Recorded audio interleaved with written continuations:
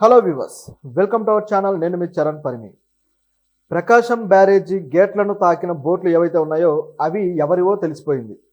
ఆ బోట్ల వల్లనే ఈ వరద ఉధృతి పెరిగింది, వరద నీరు పంపించడం సాధ్యం కాలేదు అని చెప్పేసి ప్రభుత్వం ప్రతిపక్షాల మీద దుమ్మెత్తిపోసింది. దాంతోపాటు అసలు ఈ బోట్లు వచ్చి ఆ గేట్లను తగలడము, ఆ గేట్లు డ్యామేజ్ అవ్వడము, సో ఇదంతా కూడా చూస్తే కావాలని ప్రతిపక్షమే ఈ విధంగా చేసింది, వైఎస్ఆర్సీపీ జగన్ కనుసన్నల్లో ఇది జరిగింది అని చెప్పేసి ప్రభుత్వం ఆరోపించింది. అసలు ప్రభుత్వం ఆ విధంగా ఎందుకు ఆరోపించింది, ఇప్పుడు అసలు ఏం తెలిసింది, నిజంగా ఇందులో కుట్ర ఉందా అని గమనించి చూస్తే కొన్ని విషయాలు మనకు అర్థమవుతాయి. ప్రభుత్వం ఇలా ఆరోపించడానికి గల కారణం, ఈ ప్రభుత్వాన్ని వచ్చిన 3 నెలల్లోనే ఈ ప్రభుత్వం మీద ఏదో ఒక నింద లేకపోతే ఏదో ఒక తప్పు చూపించి ప్రజల్లో కాస్త నెగిటివిటీ క్రియేట్ చేయడం కోసం ప్రయత్నిస్తూ వస్తుంది వైసీపీ. నిజానికైతే 6 నెలలు మేము సమయం ఇస్తాము, 6 నెలల వరకు టచ్ చేయమని చెబుతూనే మధ్య మధ్యలో ఇలాంటివి చేస్తూ కొద్దిగా అంటే విమర్శలు చేస్తూ, అలాగే ప్రభుత్వం తప్పిదం వల్ల ఇవన్నీ జరుగుతూ ఉన్నాయి, వరదలకు వీళ్ళు ఏమాత్రం ముందే తేరుకొని అడ్డుకోలేకపోయారు అని చెప్పేసి ప్రభుత్వం విమర్శిస్తూ వస్తుంది ప్రభుత్వాన్ని. అయితే ప్రభుత్వం వచ్చేసి లేదు, మీరు కావాలనే కుట్ర పన్ని ప్రభుత్వానికి నష్టం చేకూర్చడానికి, అలాగే ప్రజల్లో చెడ్డ పేరు తీసుకురావడానికే ఈ బోట్లను ఇటువైపు పంపించి గేట్లకు డ్యామేజ్ చేసేలా చేశారు అని చెప్పేసి ఇటువైపు ప్రభుత్వం విమర్శిస్తుంది. చంద్రబాబు గారు, అలాగే లోకేష్ గారు, మిగతా వాళ్ళు కూడా. అయితే ఇందులో ఎంతవరకు వాస్తవాలు ఉన్నాయి? కొన్ని విషయాలు గమనిస్తే ప్రభుత్వం ఈ వరదల్ని డీల్ చేసిన విధానం అంత గొప్పగా ఏం లేదు. నిజం చెప్పాలంటే చూడడానికి ప్రతి చోట చంద్రబాబు గారి బొమ్మలు ఆ బోట్లలోనూ బుల్డోజర్ల మీద కనపడుతూ ఉన్నాయి, కానీ వర్క్ పరంగా అసలు గ్రౌండ్ లెవెల్లో ప్రజలకు అన్ని సదుపాయాలు అందాయా లేదా అని చెప్పేసి ప్రజలను అడిగితే చెప్తారు నిజంగా కరెక్ట్గా జరిగిందా లేదా అని.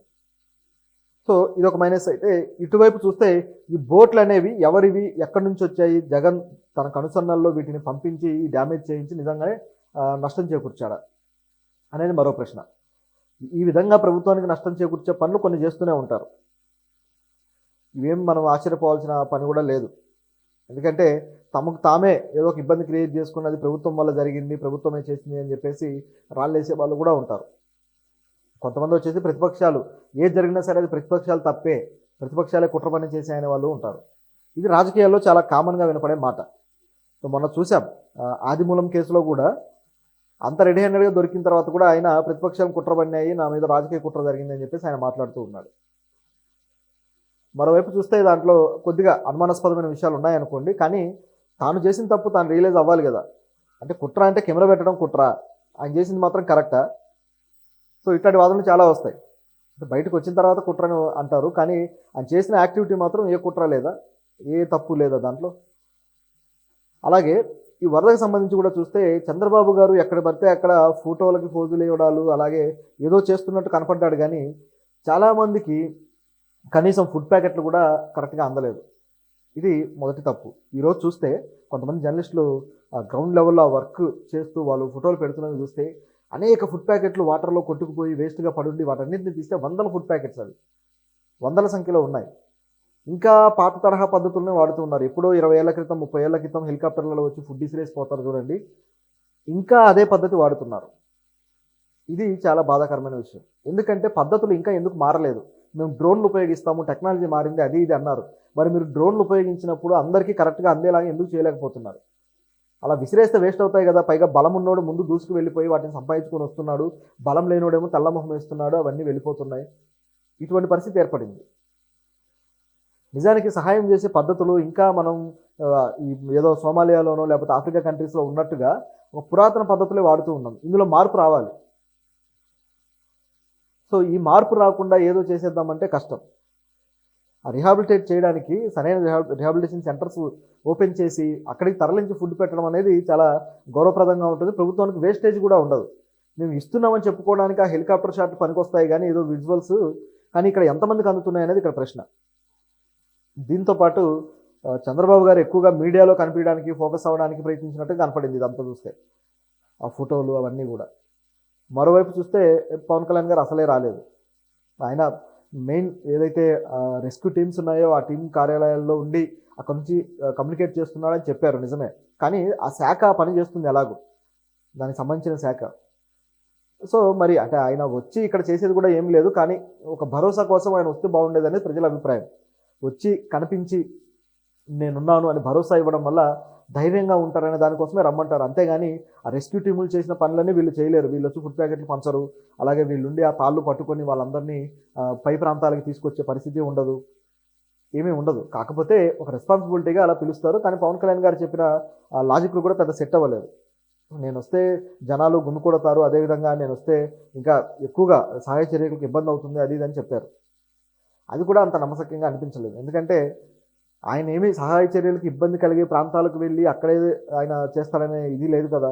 ఒక పూట అలా వచ్చి ప్రజలకు కనపడితే అది కనీసం వాళ్ళకి రీచ్ అవుతుంది కాబట్టి పవన్ కళ్యాణ్ కూడా చేస్తున్నాడు అనేది వాళ్ళకు భరోసా ఏర్పడుతుందని రమ్మంటారు.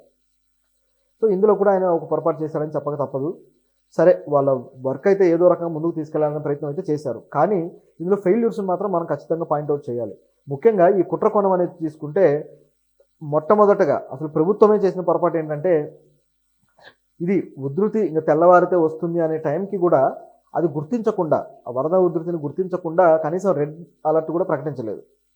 ఈ రెడ్ అలర్ట్ ప్రకటించకపోయేసరికి ప్రజలకు కూడా కాస్త నింపాదిగా ఉన్నారు. దాంతో జరగాల్సిన నష్టం జరిగింది. ఇది ప్రభుత్వం చేసిన మొదటి తప్పు. ఆ తరువాత సహాయక చర్యలు కూడా ఇమీడియట్గా వచ్చి చేయలేదు. అవి కూడా లేట్ చేసుకుంటూ కొద్దిగా నిదానంగా చంద్రబాబు గారు వచ్చిన తర్వాత మిగతా మంత్రులు కూడా కదిలారు. మంత్రులు ఎవరో కదలలేదు. ఇక వైసీపీ వాళ్ళు అయితే ఇంకా మరీ దారుణం. ఆ దగ్గరలో ఉన్న వాళ్ళు ఒకళ్ళిద్దరు వచ్చారు తప్పితే మిగతా ఎవరు కనపడలేదు. గతంలో మంత్రి పదవులు చేసిన వాళ్ళు ఎవరు కనపడలేదు అక్కడ. సో అంత దారుణంగా ఉంది వైసీపీ వాళ్ళు. పైగా ఇంట్లో కూర్చొని ఏసీ రూముల్లో కూర్చొని విమర్శిస్తూ వస్తున్నారు. పవన్ కళ్యాణ్ వెళ్ళాడా, లేకపోతే చంద్రబాబు ఏం చేశారంటూ.